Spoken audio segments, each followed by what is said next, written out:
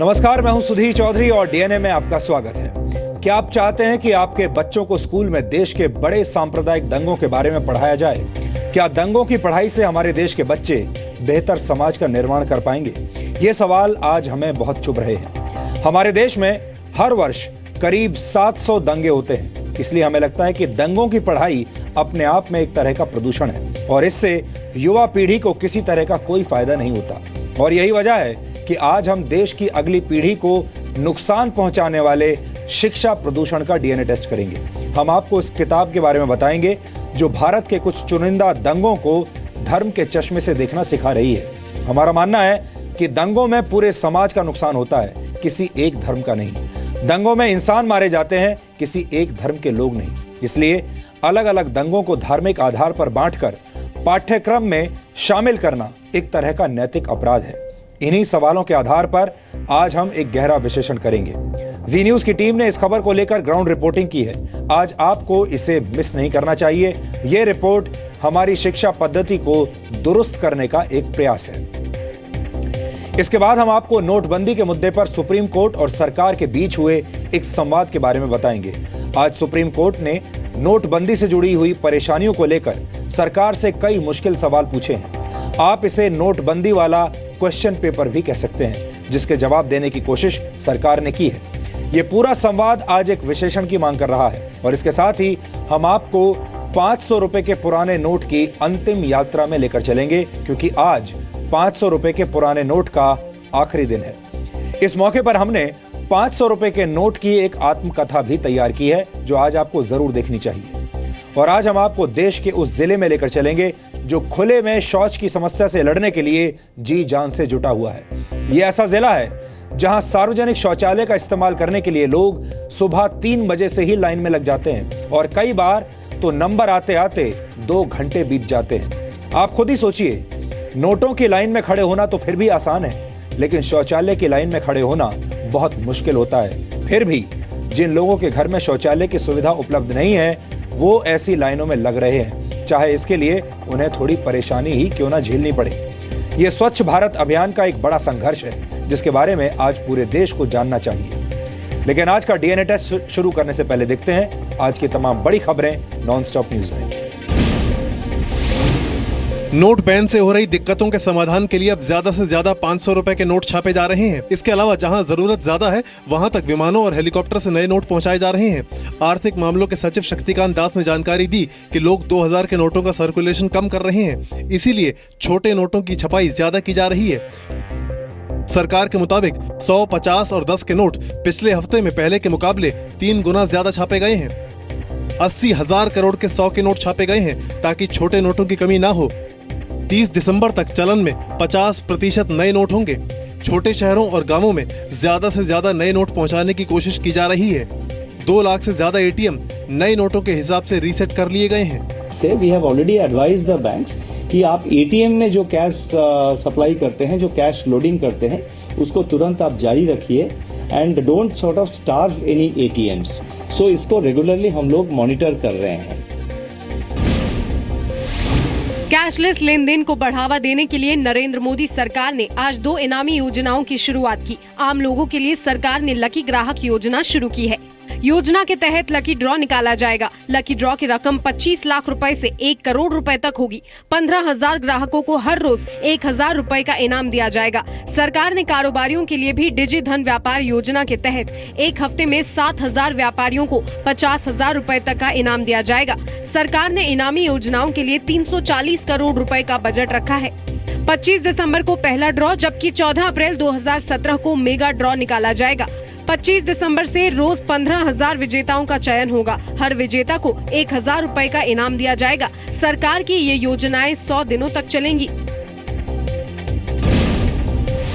नए नोटों की रोजाना पकड़ी जा रही खेप पर सुप्रीम कोर्ट ने केंद्र सरकार से कड़े सवाल पूछे हैं। नोट बैन पर सुनवाई करते हुए आज सुप्रीम कोर्ट ने पूछा, लोगों को 24,000 रुपए की सीमा में तो पैसे मिल नहीं रहे, लेकिन बाहर खुले में करोड़ों रुपए नए लाल लाल नोट में कैसे मिल रहे हैं? जिस पर अटॉर्नी जनरल ने अदालत को बताया कि नए नोटों के खेल में कुछ बैंकों के मैनेजर शामिल हैं। अटॉर्नी जनरल ने सुप्रीम कोर्ट को भरोसा दिलाया कि सरकार दोषियों को पकड़ने के लिए सभी जरूरी कदम उठा रही है। हंगामे के चलते संसद आज भी नहीं चली। लोकसभा और राज्यसभा को लगातार शोर शराबे के चलते स्थगित करना पड़ा। हम चर्चा से भाग नहीं रहे हैं। यदि भाग रहे हैं राहुल गांधी भाग रहे हैं, यदि भाग रही है कांग्रेस पार्टी भाग रही है, या भाग रही है विपक्ष भाग रही है। लेकिन कांग्रेस ने उल्टे सरकार पर ही आरोप लगा दिया कि वो बहस से भाग रही है। फिर बाद में हमने ये तय किया, आप जैसा कहते हैं विदाउट रूल हम डिस्कशन के लिए तैयार हैं, आज और अभी इसी वक्त तैयार हैं। राज्यसभा में भी सत्ता पक्ष और विपक्ष ने एक दूसरे के खिलाफ नारेबाजी की और पर्चे लहराए। तृणमूल कांग्रेस के सांसद इदरीस अली का दावा है कि लाल कृष्ण आडवाणी ने आज उनसे बातचीत में लोकसभा से इस्तीफा देने की इच्छा जताई। इदरीस अली ने बताया कि आज वो बीजेपी के वरिष्ठ नेता लाल कृष्ण आडवाणी का हालचाल जानने के लिए उनके पास गए थे। बोले पहले बात जो है मेरा तबीयत तो ठीक है, लेकिन पार्लियामेंट का तबीयत ठीक नहीं है। बोले देखिए जो चल रहा आई एम नॉट हैप्पी, हमको चाहता हम रिजाइन कर दें। कौन वेल में आ रहे, कौन नारा दे रहे, कौन शुरू से ही बहस नहीं होने दिया, ये सबको मालूम है। आडवाणी जी सीनियर होने के नाते, वरिष्ठ होने के नाते स्वाभाविक रूप में दुखी होता है। इदरीस अली पश्चिम बंगाल की बसीरहाट लोकसभा सीट से तृणमूल कांग्रेस के सांसद हैं। लाल कृष्ण आडवाणी ने 7 दिसंबर को भी संसद में हंगामे पर नाराजगी जताई थी। देश के कई हिस्सों से आज भी करेंसी बरामद की गई। मुंबई के नाला सुपारा में शिवसेना के नगर सेवक धनंजय गावड़े के ठिकाने पर ईडी और क्राइम ब्रांच ने छापा मारा। नगर सेवक की कार से 1 करोड़ 15 लाख रुपए बरामद किए गए। जब्त किए गए रुपयों में से 45 लाख के नए नोट हैं। इसके अलावा दिल्ली के करोल बाग में इनकम टैक्स की टीम ने एक ज्वेलर के शोरूम पर छापेमारी की और 70 लाख रुपए बरामद किए गए। सभी नोट नए हैं। कर्नाटक के धारवाड़ से भी 26 लाख 20 हजार रुपए बरामद हुए हैं। इनमें से 23 लाख 20 हजार रुपए के नोट नए हैं। पुलिस ने 3 लोगों को गिरफ्तार किया है।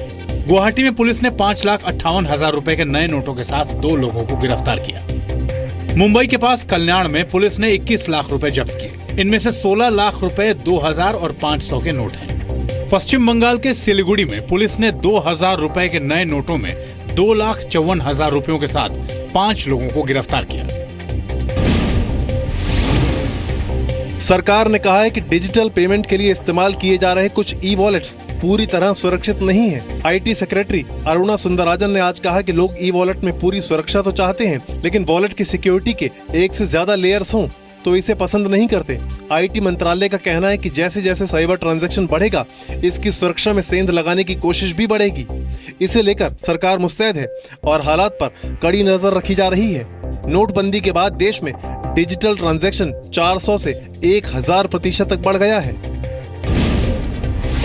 आज आधी रात के बाद से 500 रुपए के पुराने नोट जरूरी सेवाओं के लिए भी इस्तेमाल नहीं हो सकेंगे। मिल्क बूथ, सरकारी अस्पताल, फार्मेसी, एलपीजी सिलेंडर की खरीद के अलावा शमशान घाट और कब्रिस्तानों में भी रात 12 बजे के बाद 500 के पुराने नोट नहीं लिए जाएंगे। कल यानी 16 दिसंबर से 30 दिसंबर के बीच 500 के पुराने नोट सिर्फ बैंकों में जमा होंगे। नोटबंदी की घोषणा के बाद जरूरी सेवाओं के लिए 500 रुपए के नोट इस्तेमाल करने पर छूट दी गई थी। यूपी चुनाव प्रचार के लिए बीजेपी के 1600 बाइक खरीदने को समाजवादी पार्टी और कांग्रेस ने मुद्दा बना लिया है। कांग्रेस ने सीधे प्रधानमंत्री मोदी से ही जवाब मांगा है। समाजवादी पार्टी ने पूछा है कि बीजेपी ने नोटबंदी के बावजूद बाइक्स की पेमेंट कैसे की। ये तो बताना ही पड़ेगा कि कैसे खरीदी मोटर बाइक।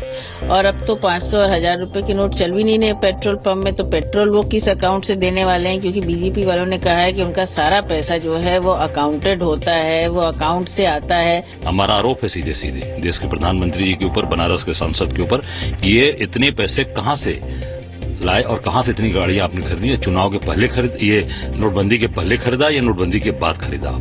इन मोटरसाइकिलों पर बीजेपी के चुनाव चिन्ह कमल का स्टिकर चिपका है। इन बाइक से पार्टी कार्यकर्ता प्रचार करेंगे। पार्टी का कहना है कि इनकी पेमेंट चेक से की गई है। ये हमारी रणनीति का हिस्सा था, इसलिए पार्टी ने 403 विधानसभाओं के हिसाब से 1600 मोटरसाइकिल टीवीएस कंपनी से खरीदा।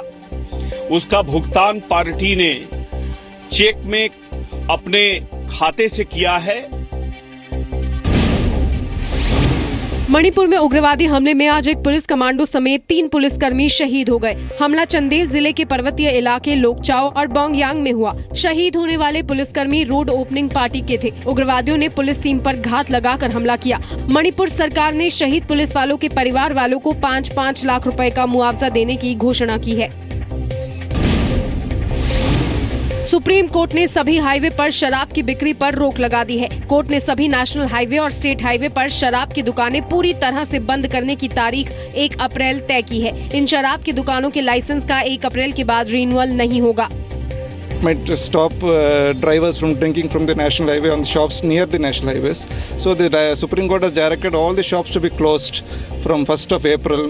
सुप्रीम कोर्ट के फैसले का कई लोगों ने स्वागत किया है और उम्मीद जताई है कि उससे हाईवे पर हादसों की संख्या में कमी आएगी।